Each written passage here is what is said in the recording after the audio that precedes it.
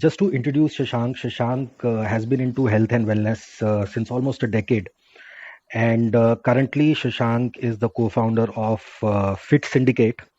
Fit Syndicate is the world's first 3.0 enabled health, wellness, and fintech startup. So Shashank has already raised a sum of 200K US dollars as a tech grant, and currently we are working together, to raise the seed funding and the next rounds. So Shashank, tell me something like how do you feel about all this and about your journey so far? Yeah, hi Advait. Thanks for inviting me first of all on the podcast. Really, it feels amazing to be a part of this. Um, and just to begin with, I'll just give you a brief about my journey and definitely, I mean, it's good to be here in the podcast with you. And basically. I started my journey almost, over a decade back, Hmm. and in this entire journey, I ended up losing close to 70 kg. 70. Yeah, yeah, 70 kgs, close to 70 kgs was the total weight that I've lost in this journey. Uh, I got down to a pretty low weight, wherein I was really lean, wherein I felt that okay, I need to maybe add on a few pounds so that what happens. Okay, we'll cover that later on, but so this entire journey, which has been like a vast journey, expanding over a decade or over a decade, Hmm. we can say. Uh, that's the reason everything got into existence, be it me getting into fitness or Fit Syndicate coming into existence. I think the transformation journey that was there for me and for my co-founder, both of us have been through this transformation journey, which has inspired us to get into fitness and inspired us to help other Hmm. individuals who are also in the same journey to pull them along. That's awesome. So I know your story. You have been an obese kid at school. uh, you were quite unhealthy, as per your own standards. And so, how did you? I mean, like in a normal world, you or anyone else would never have thought that a person who was so obese could have gone along the way to start a fitness and wellness startup itself.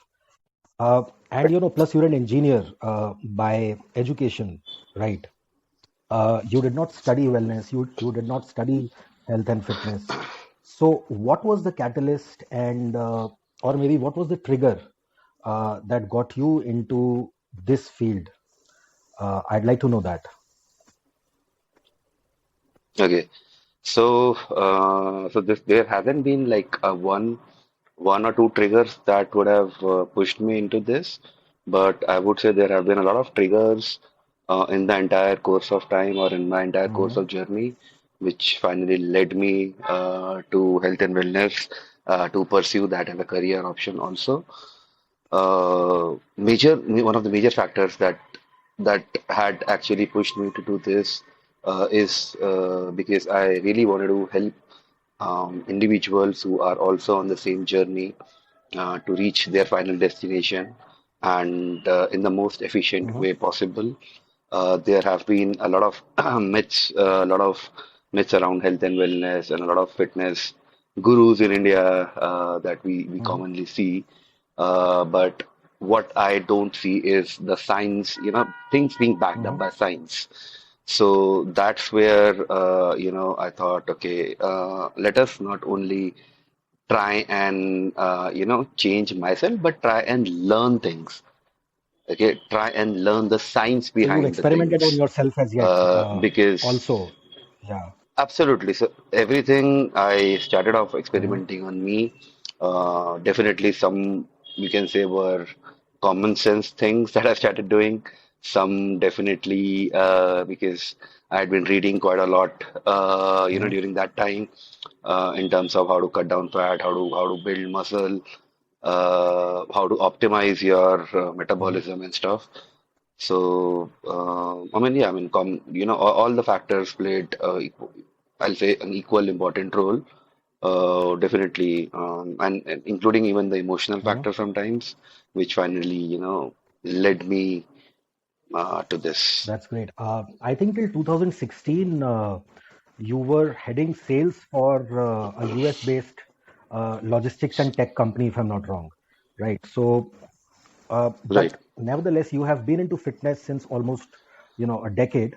And probably it was after 2016 that you decided to quit your corporate job and, to start up on your own. And along the way, you've picked up some awards for India, where you represented India on the global stage, right? So why don't you talk about that?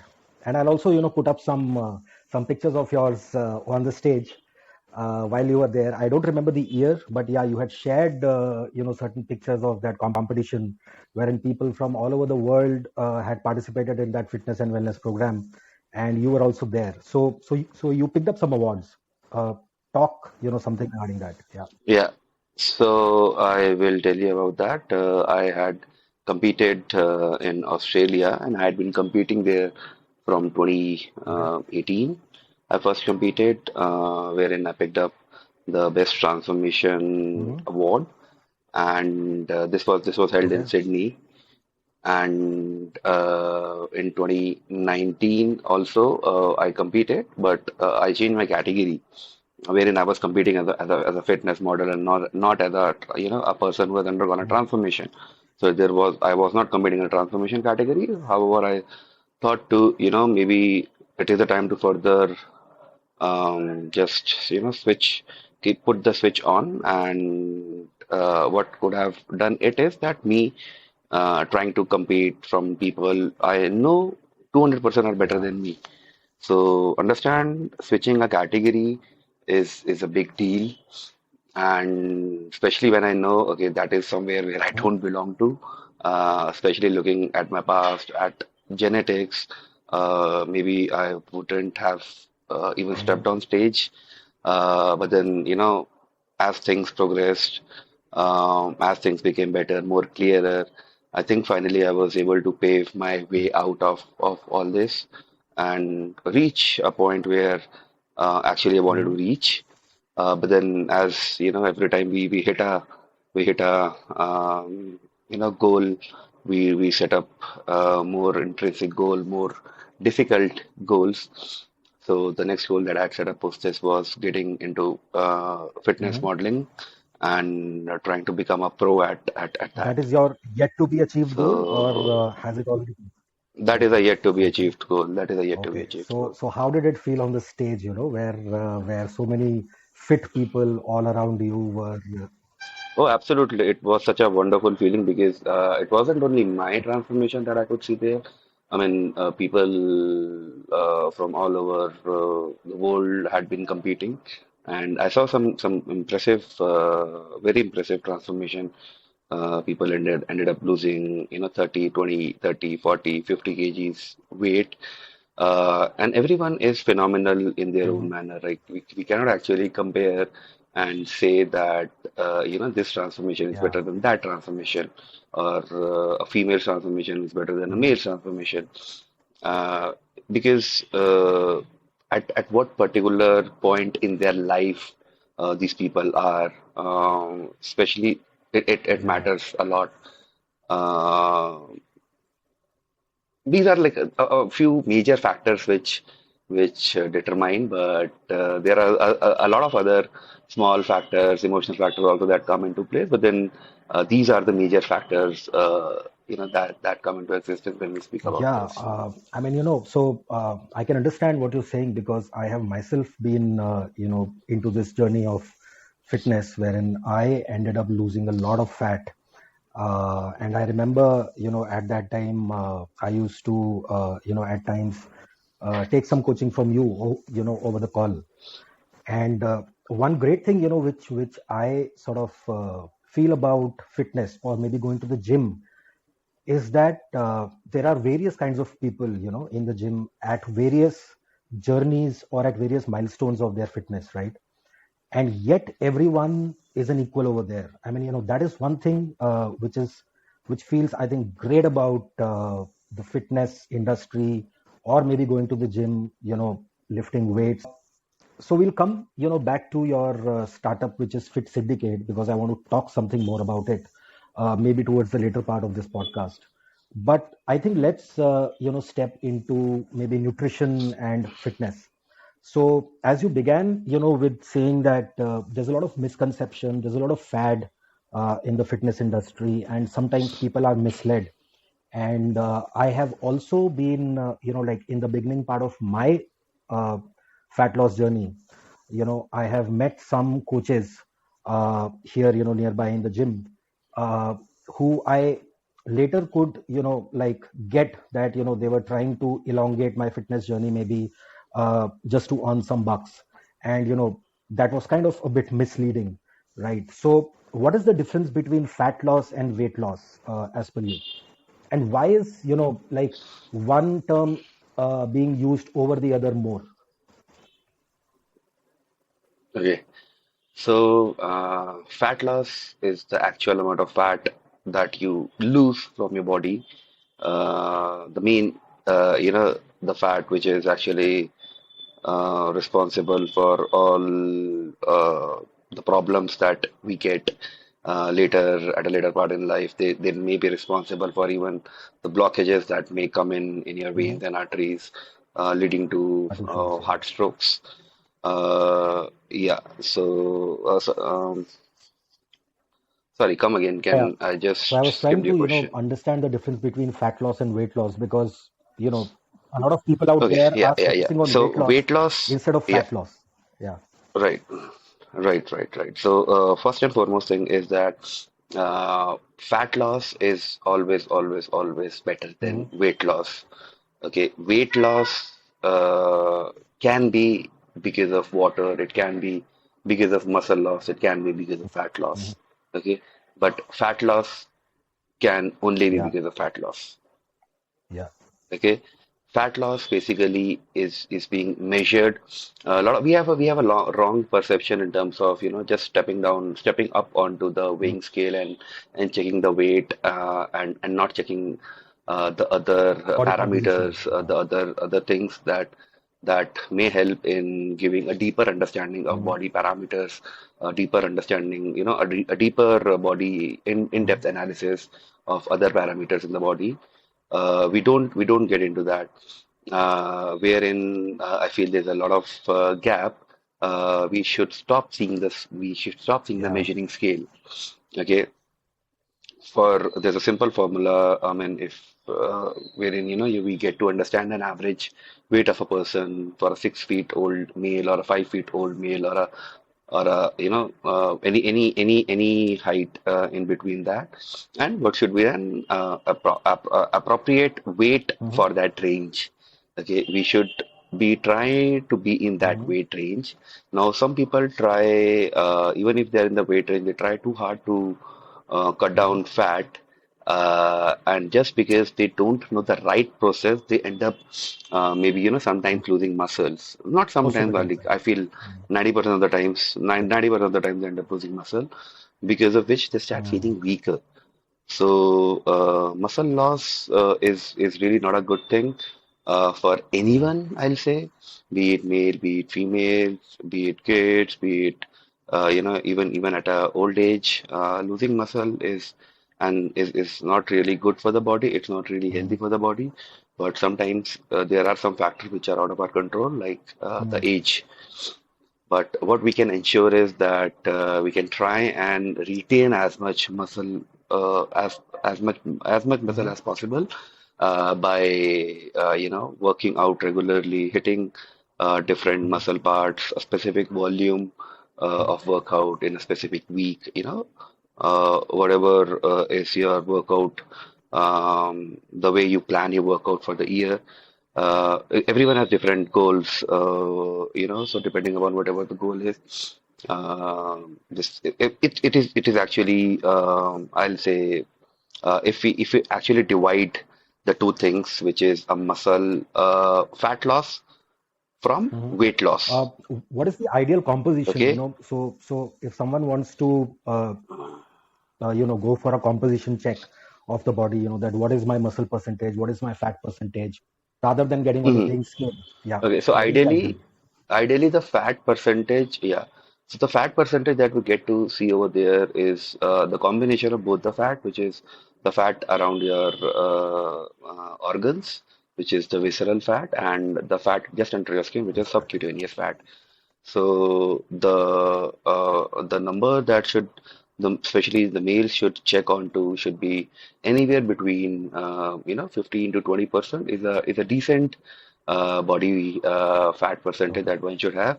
We should try and prevent spiking this number over Okay. 25 Mhm. 25%. And same goes for under 10%. I mean, people who are competing or who are prepping up for the shows, it's a separate story Mhm. altogether for them. But for a common person, for a normal person in a 9 to 5 job, I'll say that they should not try and reduce their fat maybe below 12%. 12 to 15% is a very good percentage in which their body composition would be if they can have that much fat percentage Okay. in their body. So, it's quite difficult, considering our lifestyle, to work out as well, or to, go for a walk as well, and at the same time, maybe taking care of our dietary habits, to fulfill our, various micro and macronutrients, percentages. So, how can a person, go about living a healthy lifestyle wherein he or she is exercising regularly? By regularly, I mean at least 4 times a week, and at the same time, tracking his or her dietary habits. Like maybe that leads us to supplementation. So, what is your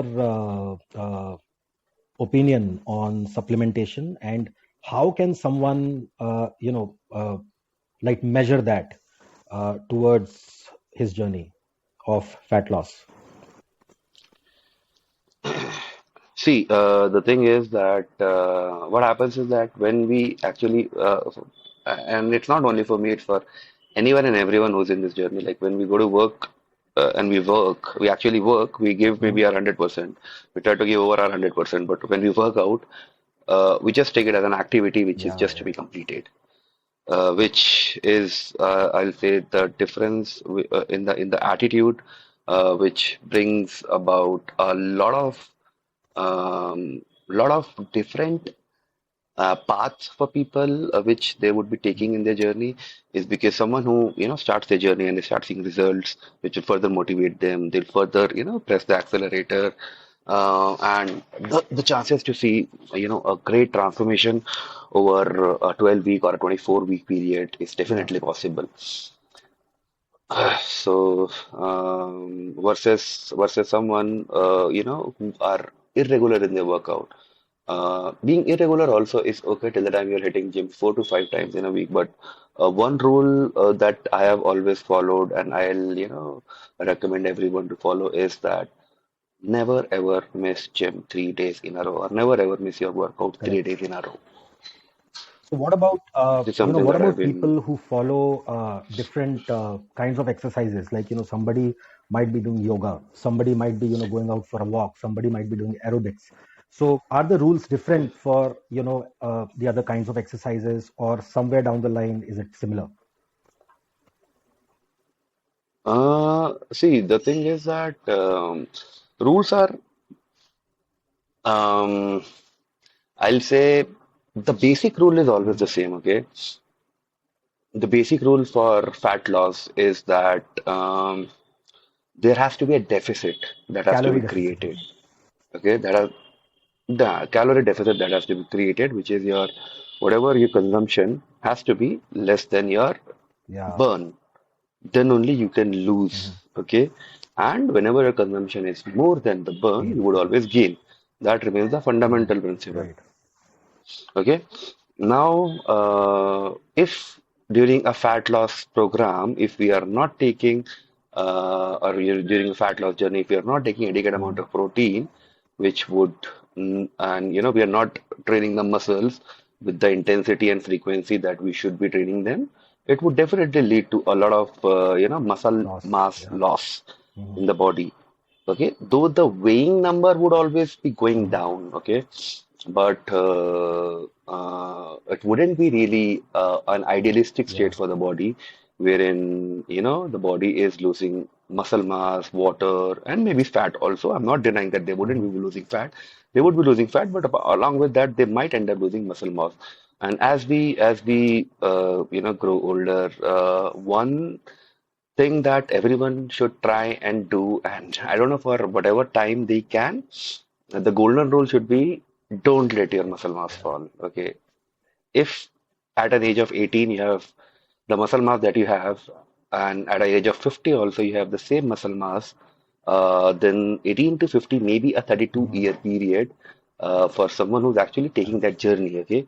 But for a difference in body, I'll say maybe in 5 years someone can reach that Yeah, so maybe stage. you are pointing out the concept of the biological age versus the metabolic age. Metabolic So age it's possible to versus biologically age. I mean, it's not possible, like it is there by default. So you age biologically every year, but at the same time, it is definitely possible to maintain your metabolic age at the same level, and in sometimes even reverse your metabolic age, if I'm not wrong. Uh, yeah. definitely that is doable. I'll give you my only example, classic example.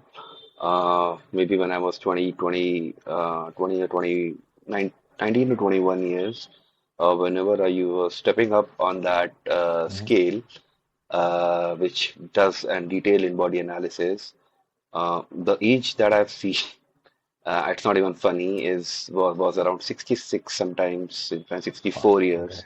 that's awesome. Yeah. So, uh, because the other parameters were so, deviated from the Uh-huh. mean value, because of which maybe, the body's age would have been determined as that, while I was actually maybe what, 20 Mhm. years old.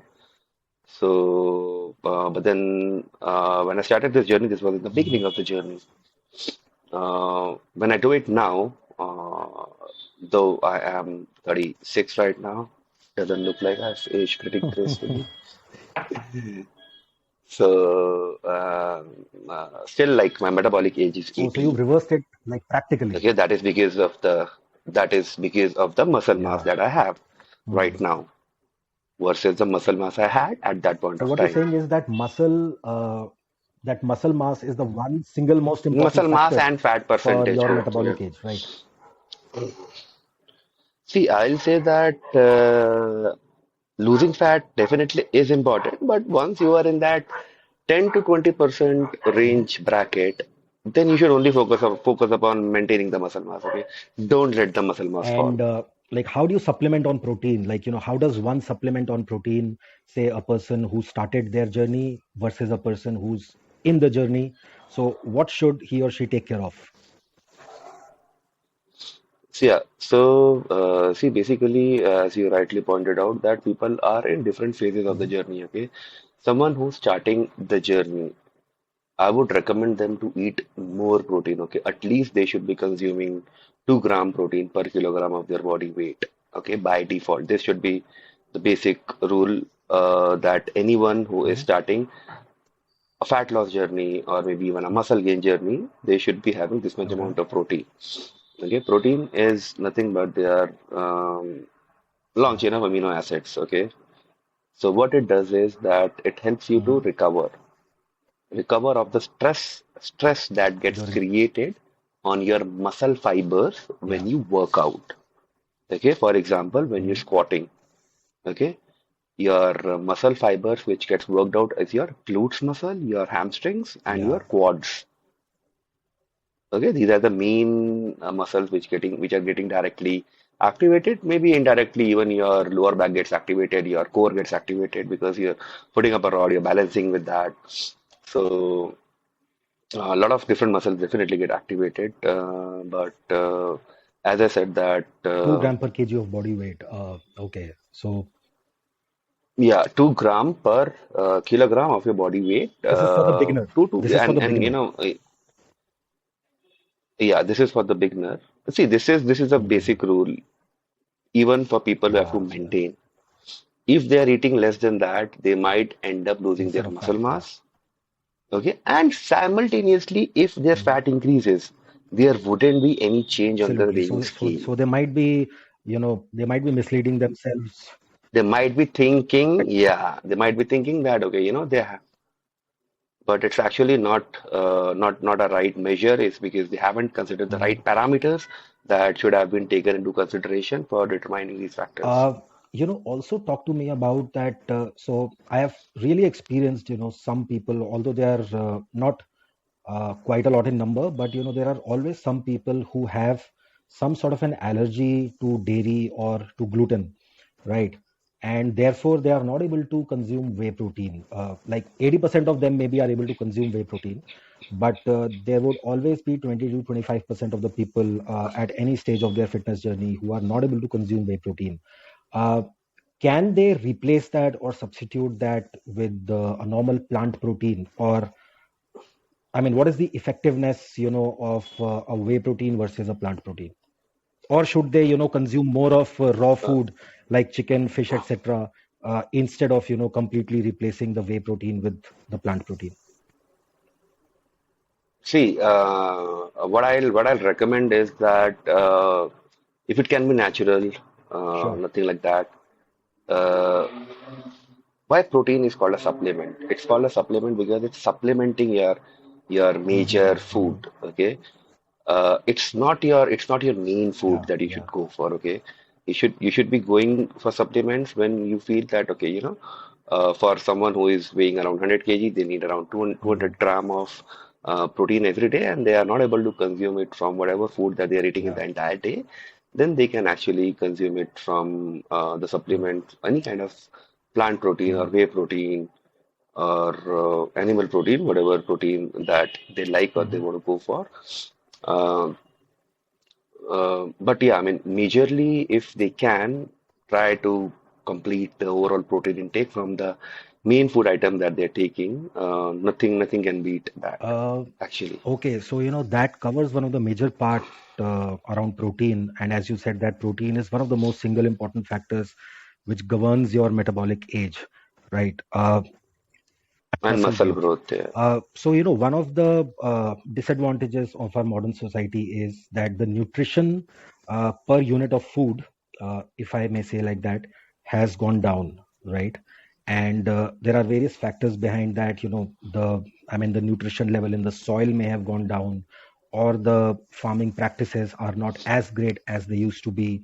Maybe pollution is a factor, right? So here comes the other supplements by I mean maybe into the picture, because apart from protein, there are micro and other macronutrients uh, which the person is not able to get completely from their food.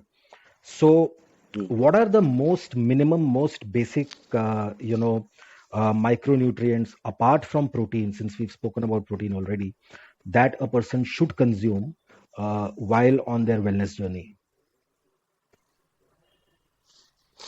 Okay. So, yeah, I mean, definitely, protein is one of the major, what should I say, factor for governing the amount of muscle that you can grow. Because if you're not taking that, the muscle will not grow for sure. But other factors that are responsible or that are also responsible. See, one is that how much protein you're Mhm. consuming. Okay. Second is that how much your body is able to synthesize from whatever you're Mhm. consuming. Okay. Maybe you're consuming 500 gram of protein. Okay. But your body is able to synthesize only 100 gram of protein. 80% is going as a waste. So this means that to actually get the benefit of 200 gram of protein, you may have to consume 1 kg of those protein sources because the effectiveness has been as low as Which 20%. might not be possible. Like, how does a person consume 1 kg? Which is just a hypothetical example, which is just a hypothetical example Oh. that I was giving you. So that's what like I meant that Uh, and more than that, also, the quality of protein also actually matters. Okay, what is the purity of protein in that? Especially when you're going for okay, leave aside the natural protein Okay. sources that we have. Definitely, we can categorize them into vegan and non-vegan. Uh, the quality of meat, chicken, fish, especially eggs, the quality of protein that we get from these sources, definitely on the researches that have been done has shown to prove that they are the better protein sources because the amino profile Yeah. is complete, okay, which is not in the case of Okay. plant protein Okay. all the time. So that's why animal protein is said to be like a complete protein. It has a complete Okay. protein profile versus plant protein, which may not have a complete Mm-hmm. profile. But nonetheless, that doesn't make plant protein any Mm-hmm. less effective. Mm-hmm. Okay, it is just that these aminos can be added in from other food sources, Mm-hmm. other dietary things that you're having in your meals, in your major Mm-hmm. meals of the day. They can So be they just to can be clarify, taken in. whey protein is a animal protein source because dairy is being used in whey protein. What about other micronutrients? No, sorry, whey Is it an protein. animal source of proteins? Uh, no, no, no. Whey protein is not an Okay, animal source of protein. No. but aren't we using dairy in that? Milk or casein, or maybe casein we are using in that. No, no, no. So see, milk is definitely being used, but it is not being made from any kind of meat. Okay, it is so there because there are protein that comes which gets manufactured from Hmm. buffalo meat. Some of the proteins are there which actually carry animal Hmm. protein. But unlike plant protein, whey protein is something. See, people if they don't have any lactose Then they should intolerance, okay, consume. then I will recommend them. So then they should definitely go for Okay. whey, okay? Even if they have, slight intolerances, the protein brand which has actually worked well has been, the excess whey protein, which is Amway's brand, home brand. So that has actually, proved to be a good protein for any kind of both the genders and at any age group, is because of the unique composition that it has, which actually is not being seen across maybe one or two more brands would have had it, or maybe no one would have had it, which has a unique combination of whey and Yeah. casein Hmm. in it. So one is a fast absorbing protein, second is a slow absorbing Hmm. protein. Yeah. Okay. Okay, so so that this is a unique mixture, which I'll say, and it takes care of your immediate protein needs and maybe the future next 2 3 hour protein need Hmm. also, Okay. especially when you're sleeping in the night and you wouldn't be feeding your body for 6 8 hours. At that time, casein is Is is absorbed really slowly by the helpful body. and Yeah. beneficial because it is slowly being absorbed by the body versus the whey protein, which gets absorbed at a very Sure. fast rate by the Uh, body. there's a lot of misconception around fat as well. So, fat is usually considered to be a villain. And I guess Indian dietary habits are also, in a way, especially in North India, where a lot of fat is consumed, right? But fat at the end of the day is actually important to safeguard our organs and for our body. But here I think the distinction between the good fat and the bad fat has to be made, so that that misconception is being dispelled away. So what do you think is the most unhealthy dietary habit in India, which people should avoid as far as fat, good fat and bad fat is concerned?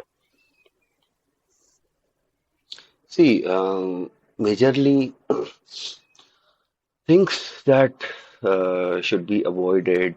See, we all basically know what are the things, which kind of oils, be it vegetable oils, be it refined oils, dalda. What are the things which are bad for us? Bread, Okay, at a pulses. broad level, Yeah, everyone yeah, knows that. yeah. Yeah, at a broad level, everyone knows that. Even maybe may that even be ghee. Okay, which definitely is said to be like a good source of fat, but then having that also in excess will lead to a lot of Of fat course, yeah. addition. So what I'll say is that rather than focusing only upon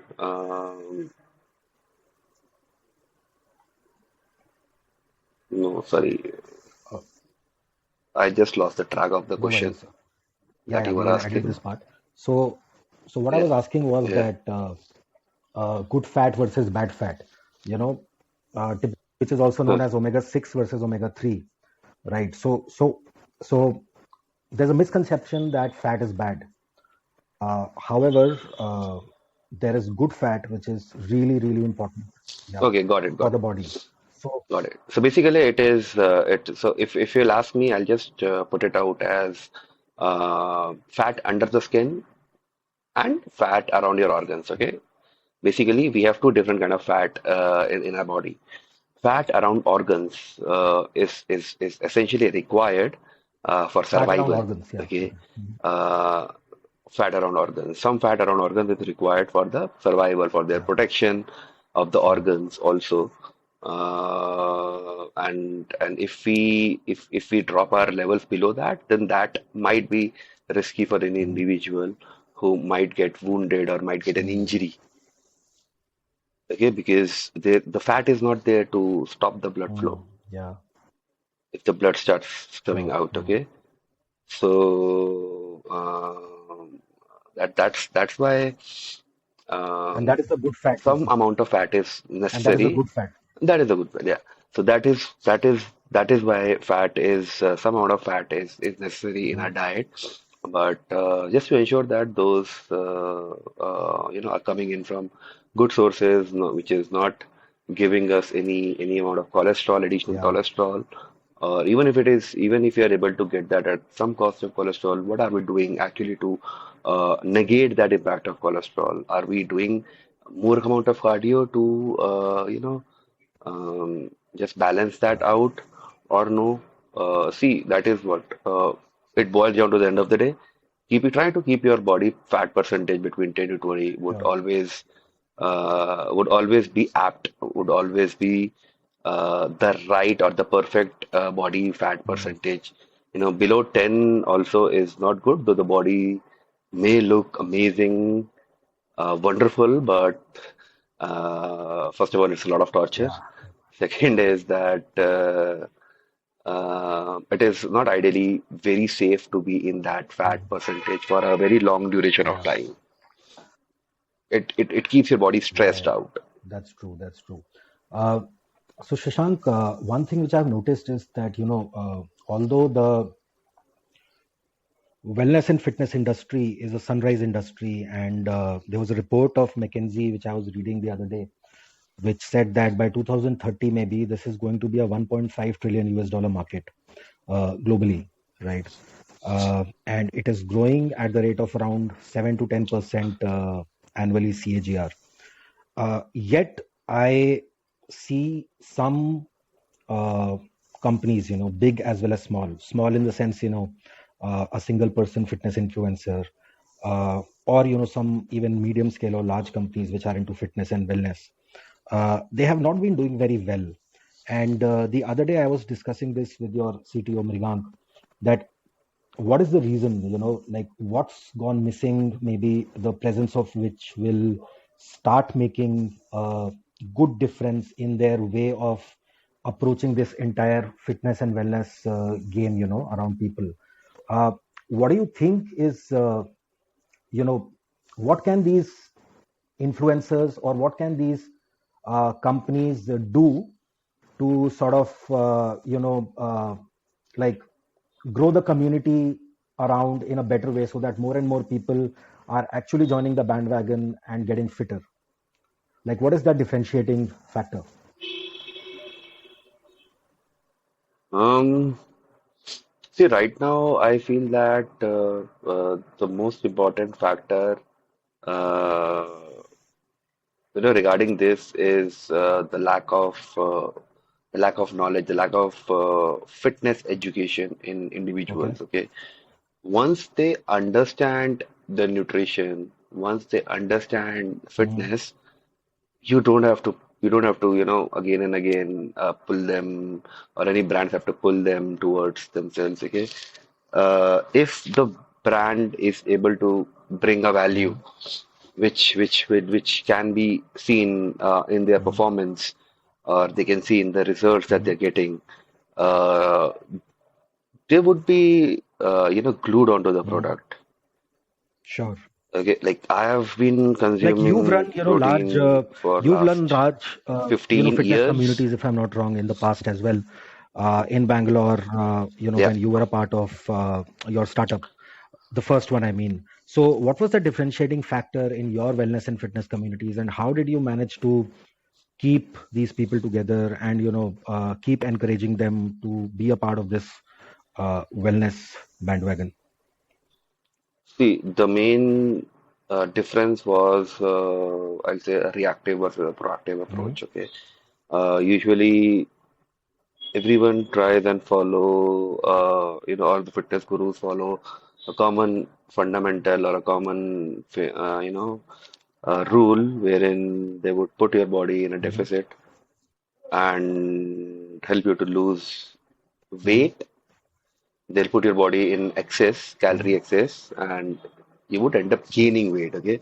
Now, in both the statements, if you would have noticed, I mentioned the word weight and not Hmm. muscle.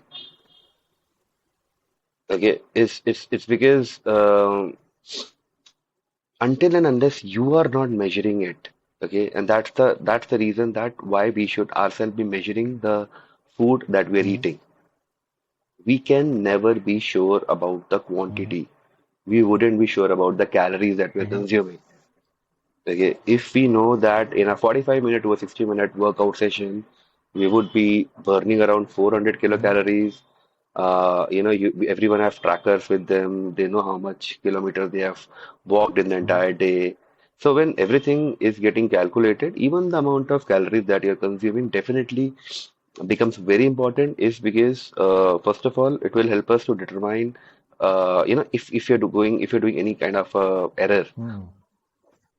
Okay, error when I say, I mean, for example, if someone is going for a Hmm. fat loss, okay, they're working out for 2 hours in the gym in a day, maybe 1 hour in the morning, 1 hour in the evening, but when you check their diet, they are not actually in a calorie deficit, they are on a calorie surplus. Hmm. So instead of working out for 2 hours in a day, they wouldn't be able to Yeah, lose sure. fat. Hmm.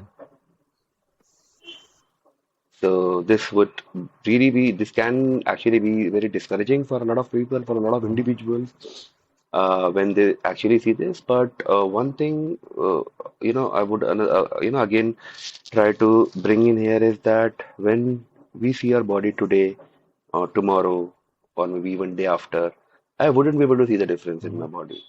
But when I compare my body, 3 months or 6 months difference, I can see the Hmm. difference is because of a specific protocol that I followed, which led me there, for a fat drop or a muscle Hmm. gain, whichever uh, path I would have been on at that particular point Hmm. of time. But the more we calculate, the more we monitor, the better it becomes. The better our, we would be on top of Hmm. things rather than just keeping things on a Sure, chance. sure. Okay, we would exactly be knowing that, okay, we have been in this many calories surplus or these many calories Hmm. deficit for these Hmm. many days. And if then the weight gain or weight loss is not being noted, then that shows that, okay, see, something has gone wrong somewhere. Then we need to again go back to the drawing board and, see detailed out each and everything and see where we Hmm. went wrong or where, we miscalculated something. Great. No, I completely agree with you because, one thing which I've noticed over the years is that uh, at the end of the day, obesity becomes an indirect route towards a lot of illnesses, right? I mean, obesity is never is never shown as the main cause uh, of any illness, say a heart related issue, or maybe arthritis, or maybe other organs not performing to their optimum level. But if you zero it down to the basic, then obesity is usually the villain in 90% of the cases. I'd like to point out some stats, over here. So 2020, we all know, I mean, we were all uh, in a panic state because of COVID. Uh, but what was, not sort of being told to a lot of people was that around 80% of the people who faced real issues from COVID were obese. Around 75% of the people, if I'm not wrong, had a deficiency of a basic, vitamin called vitamin D.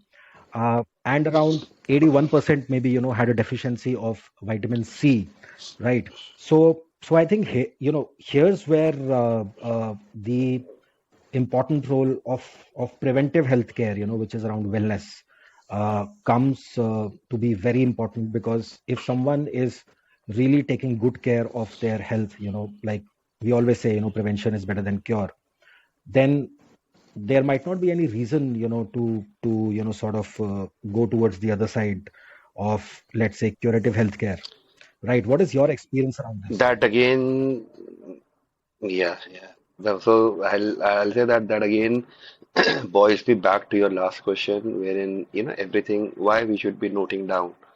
Okay, when we note down, not only we will be able to track back the amount of carbs, protein, and fat that we have Mhm. had in that, we will also be able to track back the micronutrients. Mhm. Okay, the amount of all the vitamins and minerals that we consumed. Mhm. Okay, they are called as they we don't need them in a very large Mhm. quantity.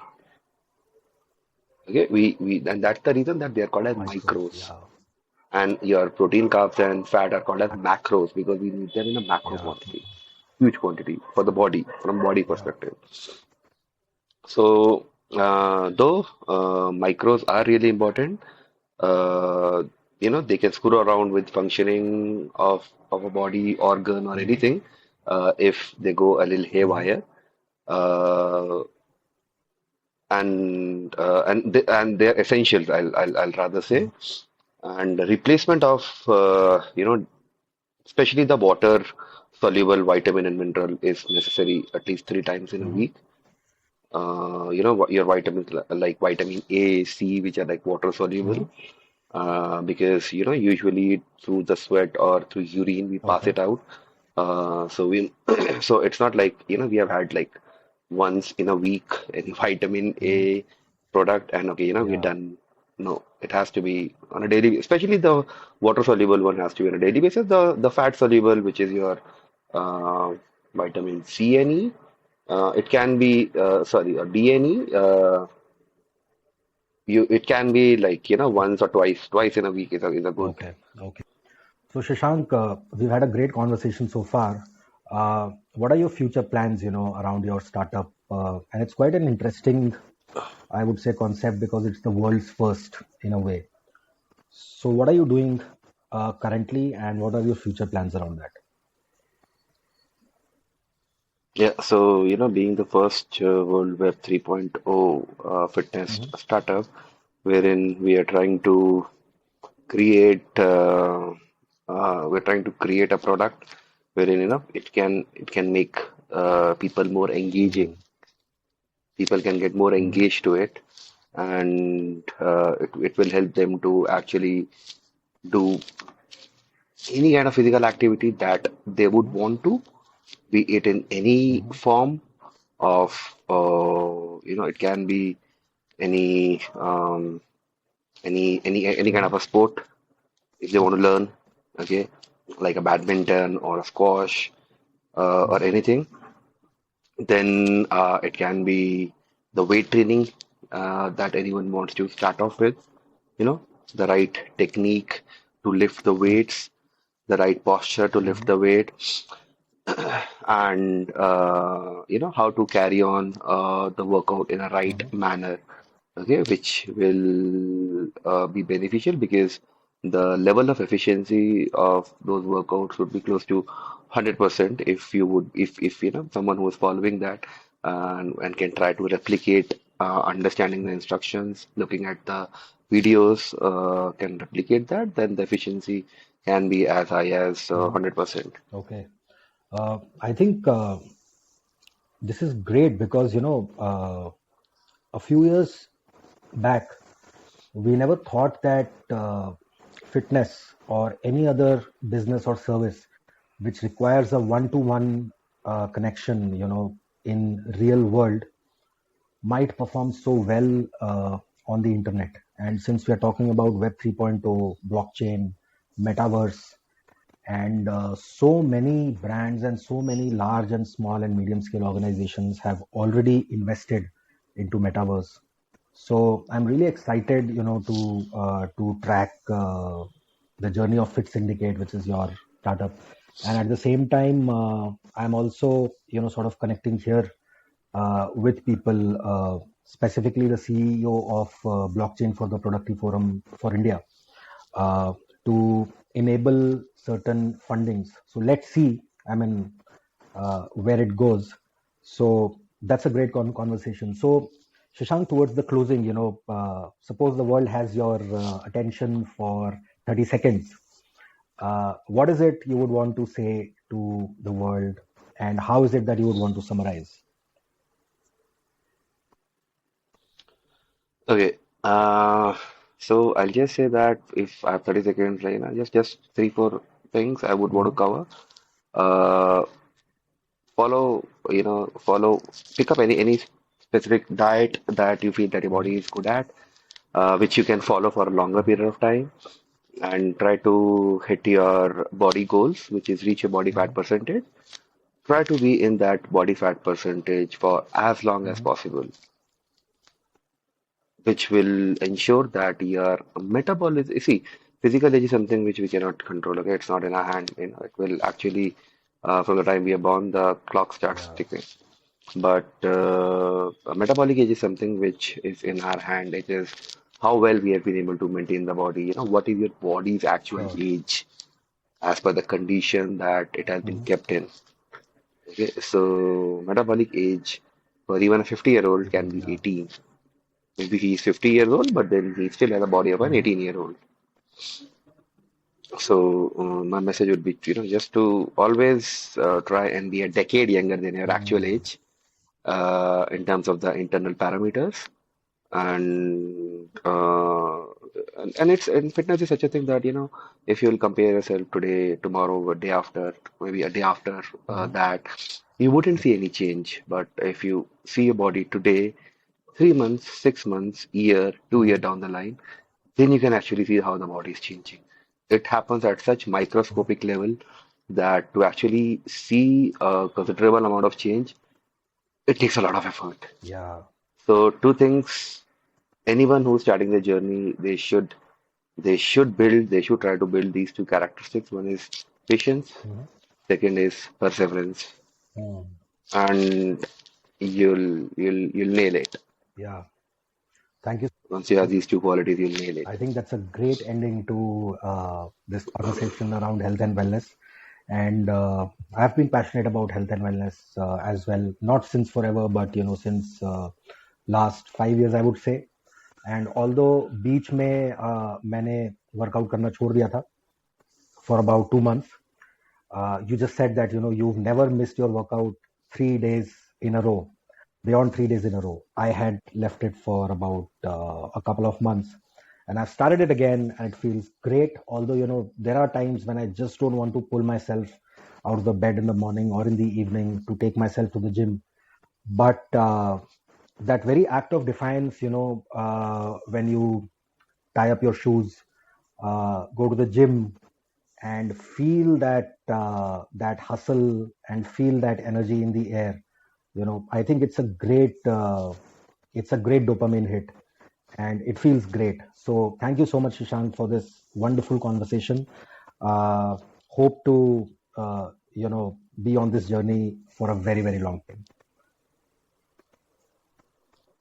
So my pleasure, Advait, and it was lovely connecting with you once again and discussing about fitness as we have done it a few times in the past Yeah, at different stages. yeah, In other public forums also, we have shared stages. yeah, In other online forums also, a few times we have been sharing the mic. yes, And as it has always been, this was nonetheless again a pretty I'll say interesting concept that you guys have come out with. And if you'll actually ask me, I really loved this specific podcast.